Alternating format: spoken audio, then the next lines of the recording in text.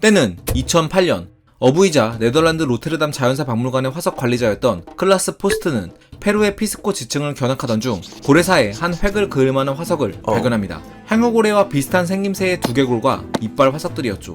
3m 가까이 되는 거대한 두개골도 놀라웠지만 당시 탐사 대원들의 감탄을 자아냈던 건 바로 엄청난 크기의 이빨이었습니다. 이 화석 사진에서 보듯 가장 긴 이빨은 무려 36.2cm에 달했으며 주변 이빨들도 31cm에 달해 지금의 향유고래나 범고래의 것보다 훨씬 길었죠. 뿐만 아니라 그 유명한 메갈로돈이나 티라노사우루스의 이빨보다도 길어서 코끼리나 바다코끼리 등의 엄니를 제외하면 이 화석의 주인공은 지금까지 알려진 동물 중 가장 크고 긴 사냥용 이빨을 지녔던 녀석이었죠.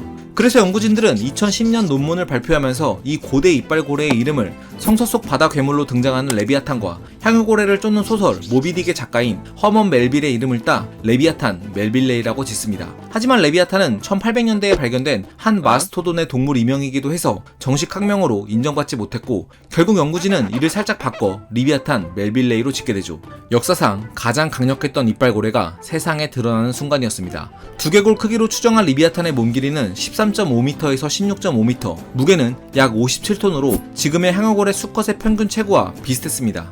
이들은 여기 등 남반구를 비롯해 북반구까지 진출해 바다를 누볐는데요. 향유고래와 가까운 사이였지만 사냥법만큼은 이들과 달랐죠. 아시겠지만 향유고래는 이빨고래임에도 아래턱에만 이빨이 나있어 범고래처럼 먹잇감을 갈기갈기 찢어 발겨서 사냥하진 않습니다. 대부분 입을 크게 벌려 그대로 삼키거나 아니면 해저 바닥의 흙을 아래턱으로 긁어 이때 흙 속에서 튀어나온 생물들을 먹는 방식으로 사냥을 하는 편이죠. 반면 리비아탄은 위 아래턱 모두에 거대한 이빨을 지니고 있기 때문에 먹잇감을 물어 죽일 수 있었습니다. 그래서 고생물학자들은 이들의 식단이 주로 길이 7에서 10m의 수염 고래류 또는 상어나 물개, 돌고래와 같은 중대형 해양 척추동물이었을 것으로 추정하고 있죠. 그런데 무엇보다 고생물 덕후들의 눈길을 사로잡은 건 이들이 살았던 시기였습니다. 이들은 약 1000만 년 전부터 500만 년 전까지 살았던 것으로 추정되는데 이 시기는 바로 바다의 무법자 메갈로돈이 살았던 시기와 겹쳤던 거죠. 너무 잘 아시겠지만 메갈로돈으로 말할 것 같으면 지구 해양 전역에 분포했으며 바다를 호령했던 최강의 해양 포식자였습니다. 몸 길이는 평균 15m에 무게는 50톤이 훌쩍 넘었고 300개에 달하는 날카롭고 거대한 이빨로 무장한 턱은 성인 5명은 좋게 들어갈 정도로 넓게 벌어질 수 있었죠. 게다가 무는 힘은 10만에서 18만 뉴턴이나 됐는데 이는 3만 5천 뉴턴의 무는 힘을 지닌 티라노사우루스는 물론 거대 악어인 데이노스쿠스보다 강한 수치였습니다. 상황이 이렇다 보니 사실상 당시 바다에서는 메갈로돈에 필적할 해양 동물은 없었다는 게 중론이었습니다. 그런데 2008년 리비아탄의 발견으로 메갈로돈의 아성이 위협받게 된 거죠. 심지어 리비아탄이 발견된 피스코 지층에서는 메갈로돈의 이빨 화석도 발견됐던 터라 둘이 격돌하는 모습은 그저 허황된 상상은 아니었습니다. 게다가 크기와 무게도 얼추 비슷했으며 둘 다 생태계 최상위 포식자의 자리에 있었으니 인터넷에서 종종 리비아탄 대 메갈로돈과 같은 논쟁 떡밥이 등장하는 건 어쩌면 당연한 일이었죠. 일각에서는 범고래가 백상아리를 공격해 간만 쏙 빼먹는 상황을 바탕으로 이빨고래인 리비아탄 역시 메갈로돈을 쉽사리 제압했을 거라는 주장을 펼치기도 하지만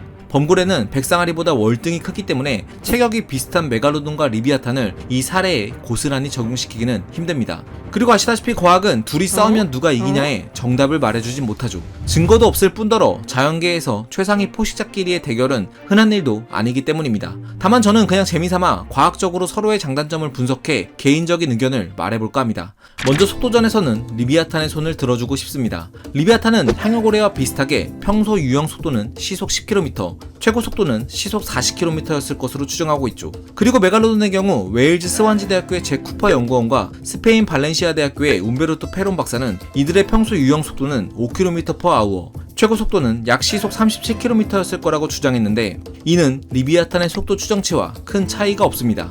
더군다나 메갈로돈은 지금의 악상어류들처럼 체온을 일정하게 유지하는 항온성 상어였던 탓에 보다 활발한 신진대사를 통해 빠른 속도로 헤엄쳤을 거라는 의견이 학계에 통용되어 오고 있었는데 그러던 2023년 6월 미국 드폴대학교의 고생물학자인 시마다 켄슈 박사는 메갈로돈은 기존 알려진 것과 달리 꽤 느린 상어였을 거라는 주장을 발표합니다. 연구료로인 이들은 주로 이빨과 턱 화석만 남는 편인데 켄슈 박사는 운 좋게도 메갈로돈의 화석지에서 이들의 플라코이드 비늘 화석을 발견했죠. 플라코이드 비늘은 이처럼 연골어류 피부에 작은 이빨처럼 난 미세한 구조물인데요. 재미있는 건 이 플라코이드 비늘의 모양새로 상어의 유영 속도를 추정할 수 있다는 사실입니다. 속도가 빠른 상어일수록 플라코이드 비늘에 융기된 부분인 용골이 뚜렷하며 용골과 용골 사이의 거리가 짧죠. 그런데 켄슈 박사는 메갈로돈의 비늘 중에는 용골이 없는 것도 있었고 용골이 보이는 비늘에서도 용골 간의 거리가 평균 100마이크로미터로 짧은 편이 아니었다면서 이를 통해 메갈로돈의 평균 유영 속도가 기존 알려진 것보다 3배 느린 시속 약 1에서 2km쯤 됐을 거라고 밝혔죠. 그렇다면 앞서 메갈로돈이 항온동물이기 때문에 빠르게 헤엄쳤다는 건 어떻게 설명해야 할까요? 켄슈 박사는 아마도 이들의 높은 체열은 빠른 헤엄에 사용됐다기보다는 먹잇감을 빠르게 소화시키고 소화 흡수율을 높이는데 사용됐을 것이라고 추측했죠. 다만 오해하지 말아야 할 건 이번 연구에서 나온 메갈로돈의 속도 추정치는 어디까지나 평상시 속도일 뿐 이들이 사냥할 때 발휘하는 최대 순간 속도는 아니라는 사실입니다. 아니나 다를까 이 논문이 발표된 후 국내외 기사에서는 메갈로돈이 시속 9.6km로 헤엄치는 펠포스보다 느렸고 심지어 어느 정도 수영을 할 줄 아는 일반인들도 메갈로돈을 충분히 따돌릴 수 있다는 식으로 보도가 됐는데 엄밀히 말해서 이 내용은 틀렸죠. 만약 메갈로돈이 사냥하기로 마음먹고 최대 속도로 가속했다면 펠프스를 따라잡는 건 일도 아니었기 때문입니다.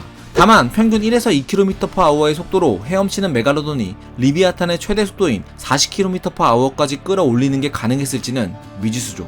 왜냐하면 지난 2021년 영국 엑시터 대학교의 해양생물학자인 제시카 러드 박사는 몸길이 약 10m 정도인 돌목상어의 경우 메갈로돈처럼 평소 유영 속도가 시속 3.9km로 느린 편인데 이들의 최대 순간 속도는 20.2km/h에 불과했다고 기술한 바 있습니다. 이를 비춰봤을 때 메갈로돈의 최대 순간 속도도 시속 20km 안팎이거나 빨라도 시속 30km는 넘지 못했을 거라고 추정해볼 수 있죠. 즉 리비아탄은 상대적으로 빠른 속도를 10분 활용해 메갈로돈을 제압했을지도 모릅니다.